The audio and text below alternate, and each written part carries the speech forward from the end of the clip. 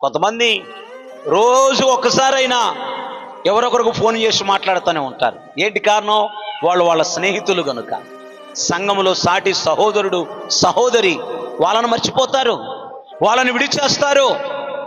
దేవుని వాక్యం వారి ఎడల స్నేహభావాన్ని కలిగి ఉండమని, ప్రేమ చూపమని బోధిస్తుంటే ఏమండి,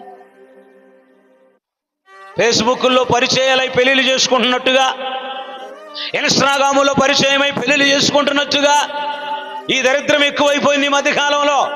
యేసు రక్తం చేయం, స్తోత్రం చెప్పరే. పెద్దలు చూసిన పెళ్లిళ్ళు అయిపోయాయి. ఇప్పుడు ఏ పెళ్లిళ్ళు వచ్చాయి? సోషల్ మీడియాలో చూసుకునే పెళ్లిళ్ళు ఎక్కువైపోయాయి.